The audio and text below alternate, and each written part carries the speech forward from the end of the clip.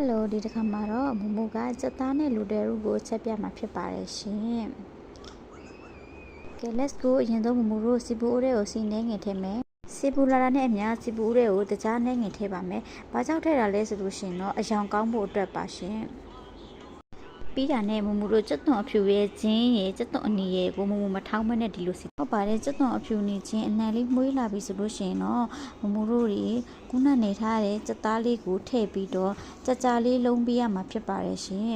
ဒါမှလည်းအညီနဲ့ပြောက်ပြီးတော့စက်သားလေးကဣပြီးစားလို့အရန်ကောင်းပါပါရှင်ပြီးလို့ရှင်တော့ဒီစက်သွန်အနီနဲ့အဖြူရဲ့မအိမ်မှာမစိုးရင်ပါနဲ့နော်မိုးတို့ကစီကိုကောင်းကောင်းတက်ထားတဲ့အတွက်ဒီဟာလေးရလဲစက်သားအိရနဲ့စက်သွန်အဖြူနီလေးရပါလုံးဝအိလေးဖြစ်သွားမှာပါရှင်စက်သားလေးကိုအယောင်လေးတွေပြောင်းလာတဲ့အထိမမတို့တွေတေချာလေးလုံးပေးရပါမယ်ရှင်လုံးနေတဲ့အချိန်မှာလည်းဖုံးဖွင့်ပြီးတော့အထက်အောက်လှန်ပေးရပါမယ်ရှင်ဒါမှလည်းအိုးမကပ်ပဲနဲ့စက်သားလေးကအခုလိုမျိုးအယောင်လေးလှလှလေးဖြစ်နေမှာပါရှင်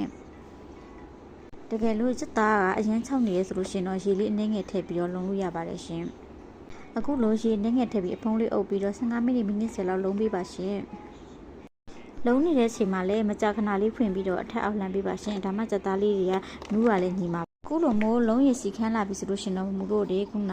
ကြာဆွဲလေးကိုထည့်ပေးလိုက်ပါရှင်ထည့်ပြီးလို့ရှင်တော့ကြာဆွဲကိုလည်းတေချာအထက်အောက်လှမ်းအောင်လုံးပေးပါရှင်ဒါမှကြာဆွဲလေးကလည်းအိမှာပါရှင်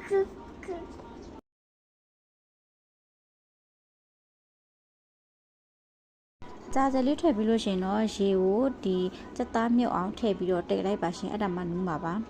အခုဆိုလို့ရှင်တော့အနက်ရတာနဲ့ပြည့်စုံတဲ့စက်သားနဲ့လူတဲဝဟင်းလေးရပါပြီရှင်